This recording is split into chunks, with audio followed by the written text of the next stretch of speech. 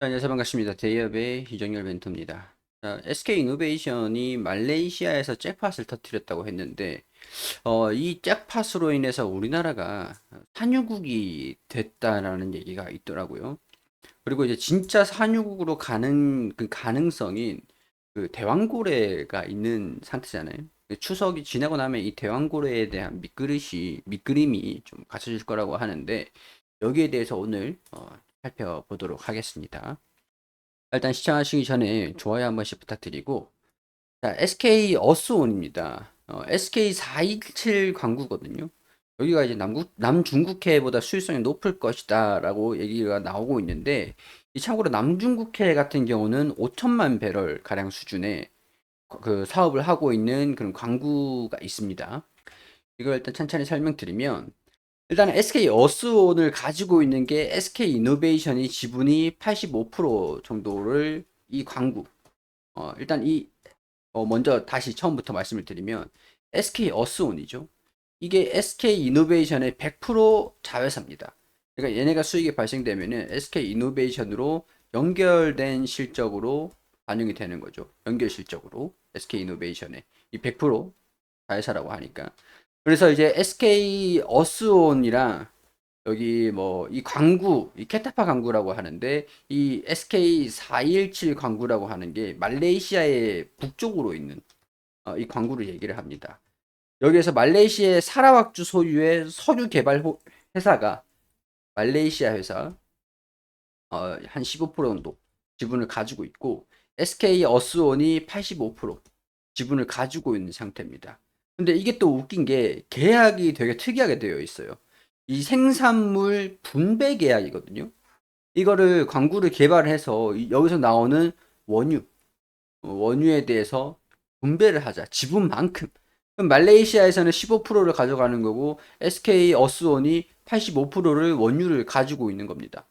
그러니까 여기서 생산하는 게 이거 우리나라 땅이 아니거든요. 말레이시아 땅인데 여기서 광구 개발을 해서 이 관건 계약 형태에서 생산, 판매, 개발, 탐사 이 자금을 SK 어스온이 다 부담을 해가지고 85%에 대한 부담을 해서 광구에 대한 지분권 85%.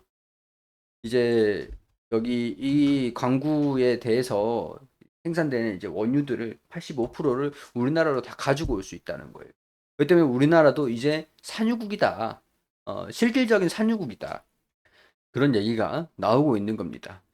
자, 이게 지금 이제 사업권을 따낸 거예요. 사업권을 따낸 거 생산을 시작한 건 아니거든요. 생산을 시작하진 않았지만 이 원유가 지금 이제 남중국해에 광구가 있는데 이 광구보다 더 수익성이 높을 것이다. 이런 얘기들이 나오고 있어요. 참고로 이 남중국해의 광구가 올해에만 2,500억 원의 수익이 났다라고 합니다. 매출 자체가. 매장량이 5천만 배럴 정도 수준이 되는 건데, 자, 여기 있습니다. 여기 중국의 광구가 크게 해서 여기 보시면 남중국해의 이 광구 17-03이라는 이 광구가 있거든요. 이 광구에서 올해만 2,500억 원의 영업이익이 전망이 된다라는 소식이 있어요. 매장량이 5천만 배럴이라고 하는데 굉장히 사업성이 높은 거거든요. 이거 이외에도 리비아, 오만, 뭐 베트남, 말레이시아, 호주, 가스 이렇게 있는데 이 남중국해에 있는 이 광구 같은 경우는 지금 수출을 하고 있는 상태입니다. 선적한 원유만 약 40만 배럴이라고 하는데 이 40만 배럴이라는 게 한국의 석유 소비량의 약 15%에 달하는 양이라고 해요. 여기 이 중국에서 5천만 배럴을 어스온에서 광구 개발거를 가지고 와서 40만 배럴을 채취를 했는데 이게 한국의 15%가량의 소비되는 양이라고 합니다. 이게 이익만 2,500억 원. 여기가. 근데 여기 말레이시아에서 광구 개발을 해서 이제 채택을 된 거, 사업권을 따낸 SK427. 이게 여기 이 5천만 배럴보다 수익성이 더 높을 거라고 본다고 해요. 그럼 엄청난 수준이죠. 이, 이 광구가 SK 여수원에서 운영권을 최초로, 사업 최초로 이제 원유 생산에 성공한 사례이기도 하거든요. 2015년도에 관건 계약을 체결한 다음에 탐사정에서 이제 원유를 개발을 했다라고 합니다. 발견을 해서 생산 플랫폼 건설해서 개발 단계까지 지난 작년 9월에 생산을 하기도 했어요. 이게 한 중국에서 300km 정도 떨어져 있는 그런 지역인데, 어, 원유 생산 정점 기준으로 약 2만 9,500배럴 정도 수준. 여기서 이제 한 내년에는 한 해만 5천억 원 정도 가량 규모의 매출을 기록할 것으로 기대하고 있다고 합니다. 지금 이거는 이제 남중국해의 17-03 실적을 반영된 2024년도 상반기 매출액이거든요. 상반기 매출액을 봤을 때 7,400억 원, 그리고 영업이익이 2,965억 원. 이 정도 수준의 매출 연결을 기대를 하고 있는 거죠. 이 SK 이노베이션의 전체 실적이 아니라 SK 어스온에서 가져다 준 매출이 이 정도 수준이라는 겁니다. 2022년보다는 좀 떨어지긴 했지만 상반기 지난해 영업이익의 전체의 80% 정도에 달할 만큼 SK 어스온의 자원개발 산업이 이 캐시카우 역할을 독특하게 해주고 있다라는 거죠. 이 SK 어스온은 SK 이노베이션의 100% 자회사라는 거. 지금 이 말레이시아에서 사업을 하고 있는 SK4217 이 광구가 중국의 남중국해에 있는 17-03 이 광구보다 훨씬 높은 수익성을 자랑을 할 것으로 기대를 하고 있다라고 합니다. 남중국해가 5천만 배럴이고 말레이시아가 그거보다 조금 더 높은 수준이라고 하잖아요. 그럼 우리나라 이 대왕고래는 어떨까? 자, 우리나라 아직까지 시추를 안 해봤기 때문에 정확한 매장량은 모르는 상태이긴 합니다. 남중국해 5천만, 그리고 말레이시아 이거보다 이상일 것이다. 정확한 수치는 나와 있진 않고, 자, 그럼 대왕고래. 대왕고래는 어느 정도 수준이길래 이거보다 높은 수준이냐? 지금 추정하고 있는 추정치는 최대 140억 배럴.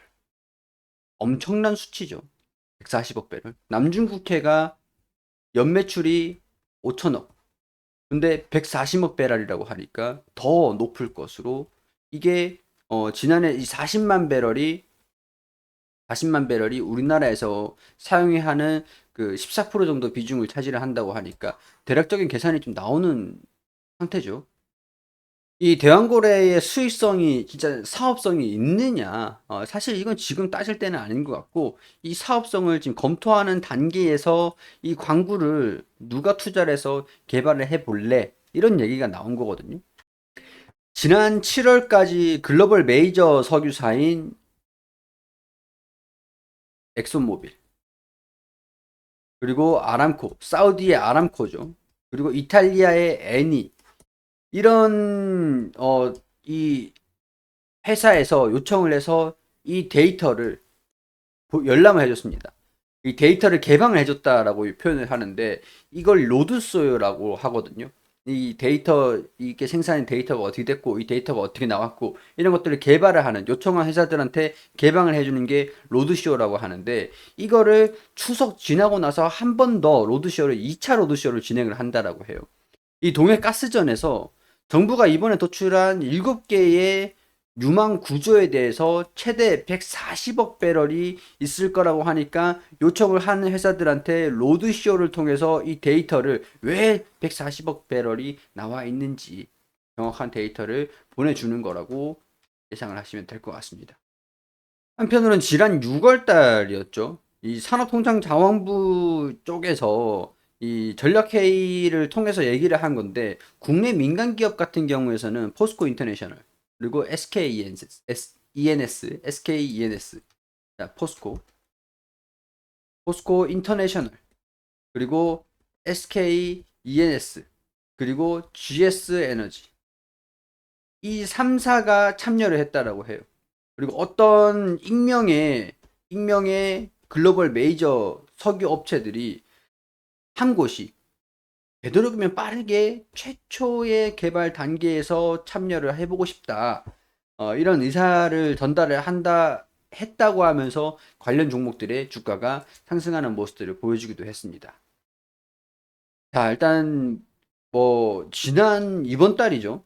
이번 달 9월 5일에 이 주관사 입찰이 있을 것이다. 이런 얘기가 있었는데 주관사들 여기 이제 참여를 하려는 이제 그 석유 회사, 메이저 회사들이나 뭐 누구나 참여를 하고 싶은 회사들 있으면은 입찰을 해라라고 공고를 하기를 기대를 한 게 지난 5일이거든요. 근데 공고를 하지 않고 좀 연기를 시켰습니다. 공고 연기. 입찰 공고를 연기를 했는데 이게 좀 이게 2일에 5일이 아니라 2일에 입찰 공고가 올라올 것으로 기대를 했지만 5일에 진행이 된 거라고 합니다. 입찰 공고가 진행을 했다. 아, 근데 입찰 공고가 그 주관사라고 하죠. 이제 주관사. 주관사를 선정을 한 다음에 뭐 지금 진행 중인 입찰 공고에서 주관사를 선정을 한 것들이 입찰 공고일을 미루고 나서도 이 주관사를 선정을 해서 아직까지 발표가 안 나온 상태라고 합니다. 여기에 따른 이제 실망감이라고 하는데 아직까지 주관사를 선정을 한 게 아닌 게 일각에서는 뭐 참여한 기업이 없는 거 아니냐 그런 얘기들에 대한 우려인 것 같아요. 뭐 일단은 뭐 산업통상자원부 입장에서 얘기를 하기를 추석 이후 다음 달 중순쯤에 한 10월 중순쯤에 이 주관사를 발표를 일단 내부 논의에 거쳐서 좀 주관사를 선정을 한다라는 것들인데 2차 로드쇼를 2차를 한다라고 해요. 일단 2차 로드쇼를 해서 아마 1차에서 메이저 기업들이 충분하게 그 입찰을 좀 안 해주지 않았을까? 여기에 좀 무게가 실리는 대목이긴 하죠. 2차 전략회의를 개최한 다음에 일단 이번에 2차 전략회의를 한다라는 거는 전략회의. 일단 여기 그 확률이 20%라고 하잖아요. 5번이라고 하는데 그러면 5개의 시추공이 필요하다. 이런 얘기잖아요. 근데 시추공이 한 번 이제 시추할 때마다 1,000억 원이 들어갈 수도 있다. 뭐 이런 얘기들이 있는 상태니까 정확하게 이제 어디 시추를 하냐, 규모가 어느 정도 되냐, 뭐 거기에 따라 좀 다르겠지만 일단은 이번에 전략회의에서 결정이 되는 게 예산이 출자를 어떻게 할 것이냐 막 이런 전략회의가 좀 될 거라고 합니다. 아직까지 확정된 건 아닌데 한국석유공사가 이 7개의 유망 구조물이 한 7개가 있는데 여기에서 시추 위치를 먼저 이제 1차 시추를 먼저 단독으로 진행을 한다라고 해요. 그 예산이 500억 수준인데 이 500억이 국회를 통해서 의결을 하려고 하는 뭐 그런 상태라고 합니다. 일단은 한국석유공사가 한 개 1차 시추를 먼저 한다라고 하는데 거기 내년도 예산안에 506억 원 정도가 책정이 되어 있고 나머지는 또 이제 자체적으로 좀 조달을 좀 하겠죠. 자, 2차 로드쇼가 그래서 이 의문점을 해소하기 위한 그런 거라고 하는데 이게 140억 배럴이라고 하니까 이 잭팟이 나온다라고 하면 최대 2천조 가량의 가능성이 있다라는 거고 시추 예산의 1차 시추 예산 진행을 하면 시추 예산이 506억 원을 반영을 해서 한국석유공사가 단독으로 수행을 한다. 2차 시추 때부터는 투자 받아서 공동 개발을 한다고 하는데 이 2차 로드쇼에서 이 데이터들을 전달을 해가지고 이 서류 개발을 이제 공동 개발을 진행을 한다라고 보시면 됩니다. 지금 SK 어스온이 남중국해에서 그 원유를 개발을 하고 있는 그런 상태고 이 말레이시아에서도 사업자가 선정이 돼가지고 85%의 생산물을 가지고 올 수 있는 그런 계약을 체결을 했다 보니까 사실상 SK 어스온을 가지고 있는 게 100% SK 이노베이션의 자회사다 보니까 SK 이노베이션의 말레이시아의 잭팟 그리고 국내에서 비슷하게 진행되고 있는 이 대왕고래에 대한 이슈들 이런 것들이 전반적으로 석유 화학 업체들의 호재로 적용이 될 수 있을 가능성들이 있을 것 같다. 다만 이제 수석이 지나야 구체적인 일정들이 나오기 때문에 지금 당장은 조금 고심을 해보시는 것도 중요하지 않을까. 뭐 이런 식으로 말씀을 드릴 수 있을 것 같습니다. 자, SK 이노베이션, SK 어스온 그리고 이 대왕고래 관련된 이슈들 풀어드렸습니다. 도움이 되셨길 바라고요. 도움이 되셨다면 구독보다는 좋아요 한 번씩, 그리고 질문 있으시면은 댓글로 남겨주시면은 답변 드릴 수 있도록 하겠습니다.